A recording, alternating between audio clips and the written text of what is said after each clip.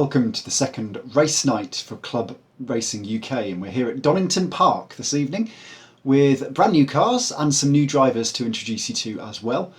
The car we're using tonight is a classic touring car, the Mercedes 300 SEL.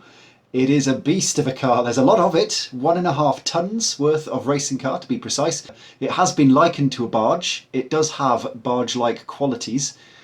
Quite a cumbersome car to drive, quite difficult to get it to turn into corners. So put them in the hands of 8 enthusiastic sim racers, and what could possibly go wrong? So to introduce you to the drivers, lining up on the front row of the grid are some new names. Pole position was Crispin Williamson in the black car. Alongside him, Chris Slater, who races in the Armed Forces Challenge in real life actually. Welcome to him.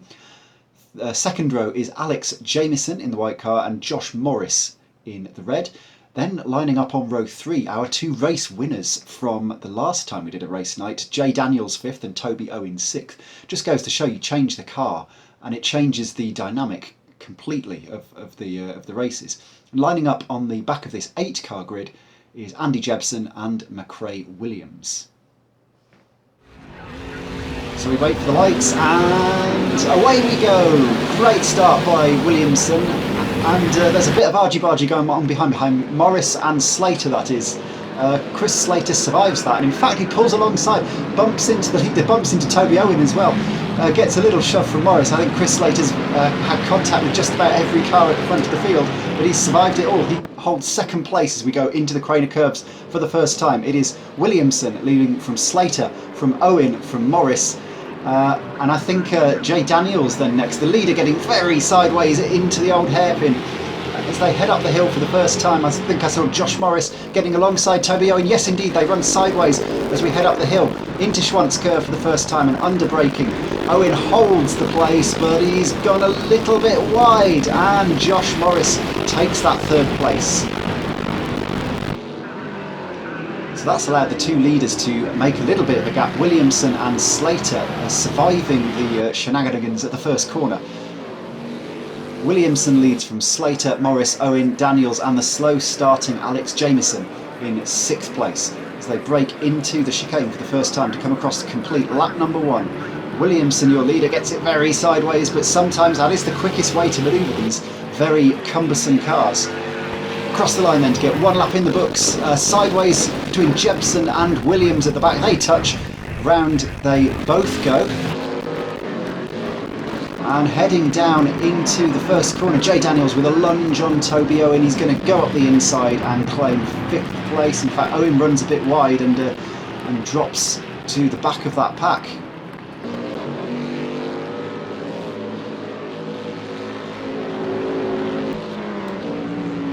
So Jamieson holds off Daniels into the old hairpin, a very tricky corner. And Jamieson's run a bit wide, actually that allows Daniels to get the run.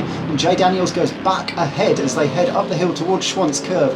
Now how much momentum has Jamieson lost? Will Toby Owen have a lunge as well? Yes he does, and oh, there's contact between the 2 of them. Owen fires Jamieson off into the gravel. And if we just look back, yeah, Owen's beach there as well. That was a very opportunistic lunge. So let's ride on board. You can see in front of us both cars get delayed. And as we head through this kink heading up the hill, Owen's got a run on Jamieson. We're going to see him jink to the right here. And oh dear, he's lost control straight across the track. And Jamieson lucky not to roll there actually, looking at it from that angle. Up front, the top 4 are starting to space out a little bit now. Crispin Williamson still leads from Chris Slater. Josh Morris and Jay Daniels are up next, and the 4 of them certainly getting quite a gap over the rest of the field. I love the sound these cars make. I absolutely abhor the handling of them. They are so tricky to get into corners, and even trickier to get out of them. So lap 6, and the recovering Andy Jebson has caught Toby Owen now. So Jebson moves to the inside. He's backed out of the move though, doesn't go for the position yet through the first corner, and oh, actually they've both picked up a place there. Alex Jamieson going straight on. Down into the Craner Curves. The battle here for 5th, 6th and 7th places. It is by far the closest battle on the track.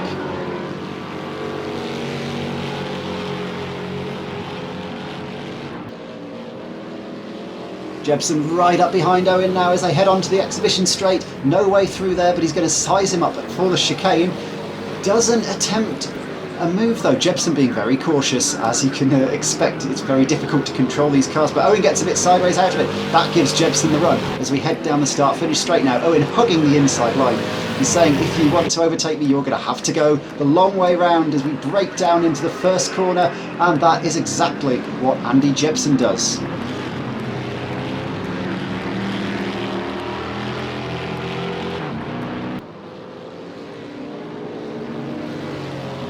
Braking for the top of the hill, Owen runs a bit wide, and that is going to allow Alex Jameson up into 6th place.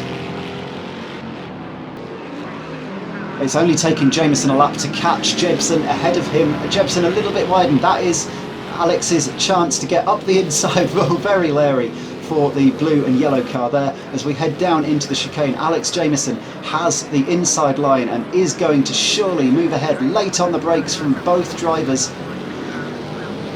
Jebsen, though, with a slightly better exit as we head onto the start-finish straight once again, and he's going to try the same move that he tried a couple of laps ago on Toby Owen. Can he sweep all the way around the outside? No, not this time. Jameson holds onto the inside line and holds onto 5th place, but he gets wide on the exit, and now Jebsen's going for the cutback. They are going to run side by side through the crater curves, the fastest set of corners on the track. It's very, very tricky to keep the cars under control through there, and as they break into the old hairpin, they touch. They touch on the way in, they touch on the way out, they're both on the grass, and as they rejoin, massive tank slapper for Jebsen, and he's off! Andy Jebsen slides into the wall, and look at this, Toby Owen is going to sweep round to pass the pair of them. Owen into 5th place now, back past Alex Jameson, who has the inside line as they exit the corner, and he's going to come back up the inside as they brake for Coppice. Alex Jameson back in front. Deep breaths.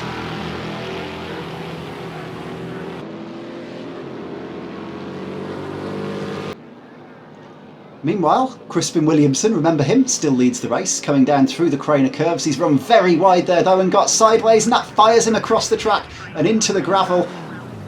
A glancing blow on the wall, but he will rejoin, and he has got such a lead that he should rejoin without losing that lead, but only just. Now, as we head up the hill, if you look back, the second car in this train, there he is McRae Williams, but there is Chris Slater in 2nd place. So Williamson putting himself under needless pressure with only 2 laps to go in this race. So despite that late error, it is going to be Crispin Williamson who comes through to take the first win of the evening in a very eventful Donington Park race. He slews it through the last corner, across the line, and Crispin Williamson is our first race winner. But where's Chris Slater? What's happened to Slater? He's slow through the chicane. He has run out of fuel in sight of the flag. Chris Slater from 2nd place is grinding to a halt. And there goes Jay Daniels, who comes through in 2nd place, and Daniels is going to take a shock 2nd place. Josh Morris comes through in 3rd as well, and what a dramatic end to our race here at Donington Park. Well, deep breath everyone.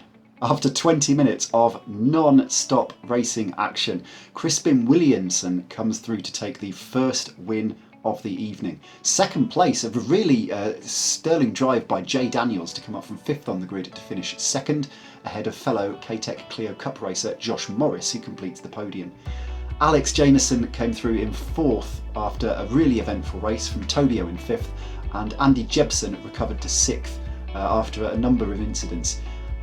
Chris Slater, the unluckiest guy in the race, running out of fuel within sight of the finish line, is classified 7th, with McRae Williams getting to the end a lap down. So 8 classified finishes from 8 starters, which is 5 finishes more than we had in our race night last week. So a real improvement from everyone, and great to see the grids growing as well.